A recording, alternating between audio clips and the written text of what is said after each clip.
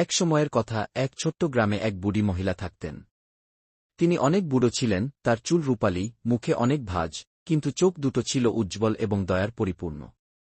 গ্রামের সবাই তাকে ভালোবাসত, কারণ তিনি সবসময় খুশি থাকতেন, এমনকি জীবনে কষ্ট থাকলেও।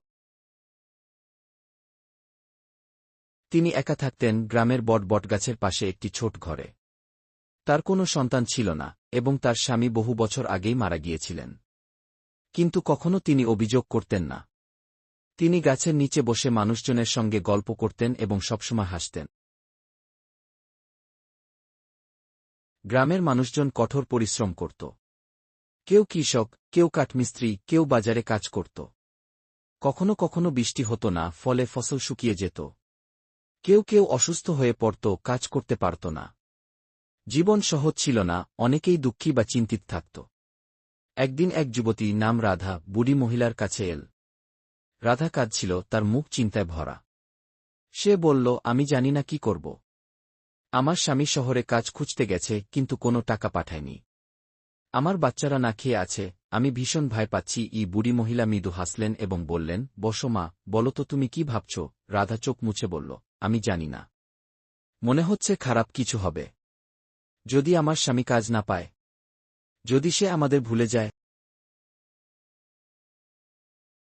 বুড়ি মহিলা মাথা নাড়লেন, রাধা, আমরা যদি খারাপ চিন্তা করি, তাহলে আমরা আরও খারাপ অনুভব করি। কিন্তু যদি ভালো চিন্তা করি, তাহলে মন হালকা হয় এবং মাঝে মাঝে ভালো কিছু ঘটে। রাধা জিজ্ঞাসা করল, কিন্তু এত খারাপ সময় আমি ভালো কিভাবে ভাবব। তিনি আবার হাসলেন এবং বললেন, আমি তোমাকে একটা গল্প বলি। রাধা কৌতূহলী হয়ে তাকাল। বুড়ি মহিলা শুরু করলেন, একবার এক দরিদ্র মানুষ ছিল। তার কিছুই ছিল না, না খাবার, না টাকা, না পরিবার।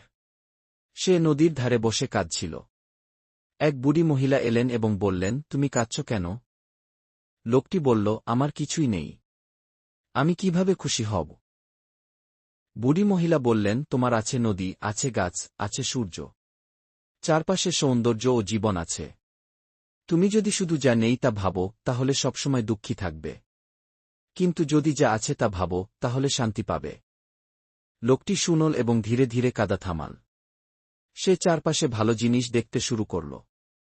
সেই দিন থেকেই তার জীবন বদলাতে শুরু করল। বুড়ি মহিলা রাধার দিকে তাকিয়ে বললেন, দেখো মা, লোকটির জীবন জাদুর কারণে বদলায়নি। বদলেছে তার চিন্তাভাবনার কারণে। যখন আমরা ইতিবাচক ভাবি, তখন আমাদের মন হালকা হয়, এবং আমরা সমস্যার মুখোমুখি ভালোভাবে হতে পারি। রাধা চিন্তা করে বলল, আমার চিন্তা কি সত্যিই আমার জীবন বদলাবে। তিনি মৃদু হেসে বললেন, হ্যাঁ মা। যদি তুমি প্রতিদিন সকালে উঠে বলো, আজ একটি ভালো দিন হবে, তাহলে তুমি শক্তি পাবে কাজ করতে, তোমার সন্তানদের যত্ন নিতে এবং তোমার স্বামীর ফেরার জন্য আশায় থাকতেও পারবে। কিন্তু যদি তুমি শুধু খারাপ চিন্তা করো, তাহলে তুমি দুঃখী আর দুর্বল অনুভব করবে। রাধা ধীরে ধীরে মাথা নাড়ল, আমি বুঝতে পারছি। আমি এখন থেকে ভালো চিন্তা করার চেষ্টা করব। তিনি বললেন, ওটাই তো প্রথম ধাপ মা। রাধা বুড়ি মহিলার বাড়ি থেকে হালকা মন নিয়ে বেরিয়ে গেল। প্রতিদিন সে মনে রাখত তার কথা। সে জেগে উঠে বলত, আজ একটি ভালো দিন হবে। সে কঠোর পরিশ্রম করত, বাচ্চাদের যত্ন নিত, এবং স্বামীর ফেরার জন্য প্রার্থনা করত। কয়েক সপ্তাহ পরে রাধা তার স্বামীর একটি চিঠি পেল। তিনি শহরে কাজ পেয়েছিলেন এবং টাকা পাঠাচ্ছিলেন। রাধা খুশিতে উল্লসিত হয়ে বুড়ি মহিলার বাড়ি ছুটে গেল খবর দিতে। বুড়ি মহিলা মৃদু হেসে বললেন, দেখলে মা, যখন আমরা ইতিবাচক ভাবি, তখন আমরা আমাদের জীবনে ভালো কিছু আমন্ত্রণ জানাই। সমস্যা সবসময় আসবে, কিন্তু যদি আমরা তা আশা নিয়ে মোকাবিলা করি, তাহলে আমরা তা পার হয়ে যেতে পারি। শিগগিরই অন্য গ্রামবাসীরাও বুড়ি মহিলার জ্ঞানগর্ভ কথার কথা শুনে এল। অনেকেই তাদের সমস্যা শেয়ার করত। বুড়ি মহিলা সবার জন্য একই পরামর্শ দিতেন, ভালো চিন্তা করো, ভালো কিছু আসবেই। গ্রামবাসীরা তাকে আরও ভালোবাসত, কারণ তার কথায় তাদের জীবন বদলে গিয়েছিল। তিনি তাদের ইতিবাচক চিন্তার শক্তি শিখিয়েছিলেন।